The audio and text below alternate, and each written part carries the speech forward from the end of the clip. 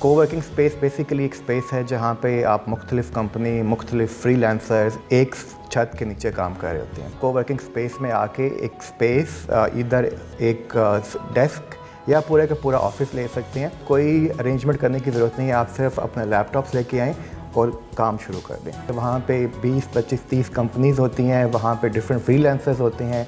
सो आपके पास नेटवर्किंग का चांस है, लर्निंग का चांस है। जो एडिशनल चीज़ कोलैब्स प्रोवाइड करता है जो पाकिस्तान में और कोई वर्किंग स्पेस नहीं दे रही है, वो है business solutions. We offer stock options to employees. सो हम जो ओनरशिप का कल्चर है ना, वो इस तरह जनरेट करें।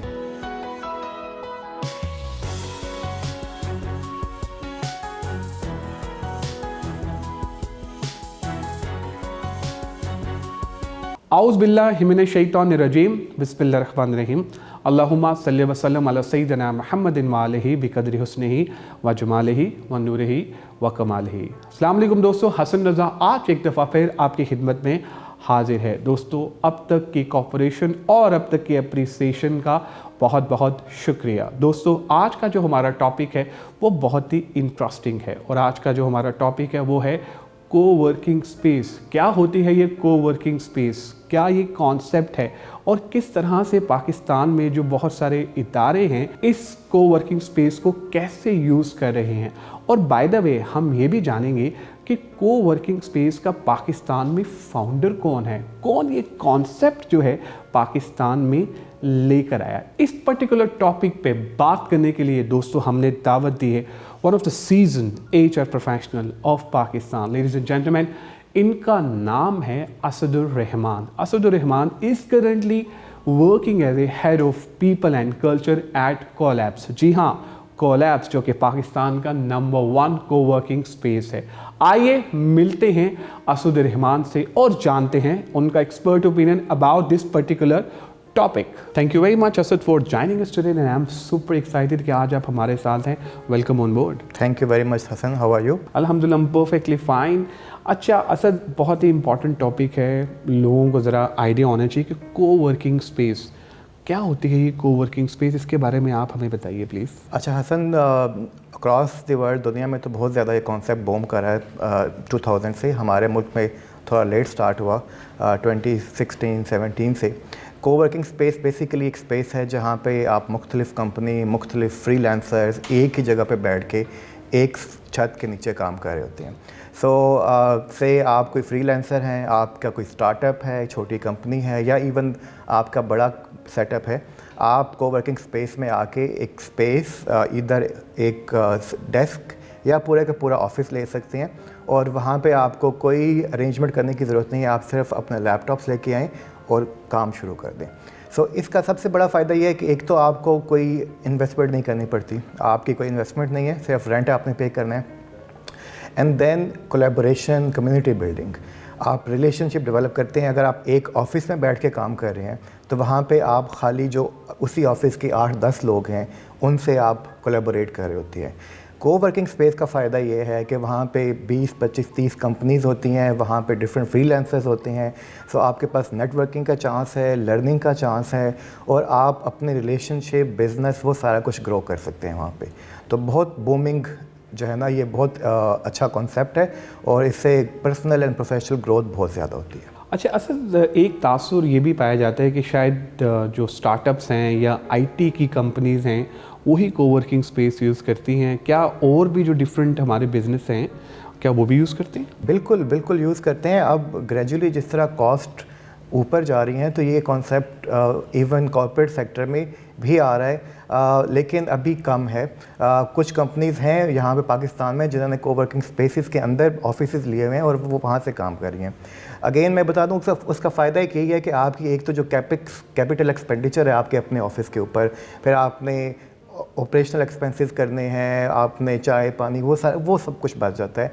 आप एक रेंट पे करते हैं और फिर आप उस रेंट से बाकी सारी चीज़ें, आपको इलेक्ट्रिसिटी, इंटरनेट, वाईफाई सारा कुछ मिल जाता है। कंपनीज़ ग्रेजुअली इस मॉडल पे शिफ्ट हो रही हैं क्योंकि उनके लिए भी बेनिफिशियल है और ओवरऑल फिर community building and relationship building हो जाती है। Great, wonderful. अच्छा माशाल्लाह, मैंने देखा है, मैं भी काफ़ी अर्सा रहा हूँ कोलैब्स में, एनवायरनमेंट इज़ वेरी गुड। वो जो मिंगल्स और बाकी जो इवेंट्स आप आप करवाते हैं, इट्स अ कॉन्टीन्यूस प्रोसेस, और जो माशाल्लाह जिससे मेरा ख्याल है कि बहुत सारे लोगों को फ़ायदा भी हुआ है। तो आगे क्या प्लान कर रही हैं कोलैब्स अपने एक्सपेंशन का, और किस तरह से आप चीज़ों को देख रहे हैं? अच्छा, एक तो हम कोवर्किंग स्पेस तो प्रोवाइड कर रहे हैं, हम ऑफिसेज प्रोवाइड कर रहे हैं, सो वो तो हमारा मेन बिजनेस मॉडल है।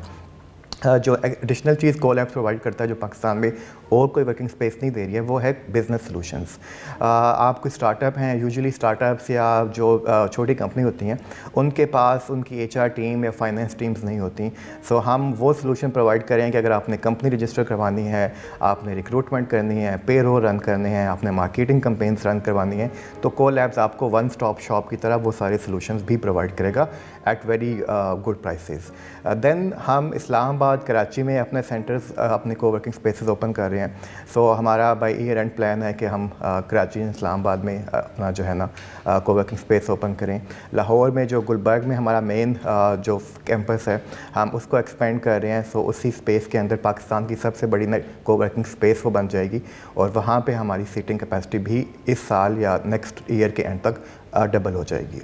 अच्छा असद, कोवर्किंग स्पेस में डिफरेंट किस्म के जो चैलेंजेस हैं वो फेस करने पड़ते हैं। मतलब एचआर के पर्सपेक्टिव से भी हम बात करें, बहुत सारे इदारे एक ही जगह पे इकट्ठे काम कर रहे होते हैं, तो किस किस्म के चैलेंजेस आपको जो हैं रोज़ फेस करने पड़ते हैं? हाँ बिल्कुल हसन, काफ़ी चैलेंजेस वैसे रहते हैं, लेकिन हमने अपनी स्पेस बहुत वेल ऑर्गेनाइज और वेल मैनेज की हुई है। हमने काफ़ी सिस्टम जो है ना, हमारे सिस्टम्स इन प्लेस हैं। सो हमारे चैलेंजेस यूजुअली जो डे टू डे कोई ऑपरेशनल चैलेंज आ गया या ऑपरेशनल इश्यूज़ आ गए तो वो आ जाते हैं। अदरवाइज़ 99% ऑफ द टाइम हम बहुत स्ट्रीमलाइन और स्मूथ चाह रहे होते हैं। इसी तरह हमारी आपने स्पेस विज़िट भी की हुई है, सो बहुत कंफर्टेबल स्पेस है, बड़ी वेल मैनेज्ड है। हम खाली अगेन हम इवेंट्स वहाँ पे देते हैं, हम मिंगल्स करवाते हैं, जिम की क्लासेस होती हैं, सो हमारे मेंबर्स वो ज्वाइन कर सकते हैं। हमारी कम्युनिटी पार्टनरशिप्स बहुत ज़्यादा हैं, सो उन पार्टनरशिप्स के थ्रू आप डिस्काउंट्स हासिल कर सकते हैं। सो हमारे इश्यूज़ बहुत लिमिटेड हैं, हमारे जो अपॉर्चुनिटीज़ और जो हमारे बेनिफिट्स हैं वो बहुत ज़्यादा हमारी coworking space. Great, wonderful. So Asad, what do you think that coworking space में एचआर डिपार्टमेंट का पर्टिकुलरली स्पेसिफिकली क्या रोल होता है? Hasan, just like other business या अदर ऑर्गेनाइजेशंस, एचआर का रोल यहाँ पे भी सेम ही है। टैलेंट मैनेजमेंट है, टैलेंट एक्विजिशन है, देन टैलेंट डेवलपमेंट है, और वही सारी जर्नीज़ हम कर रहे होते हैं।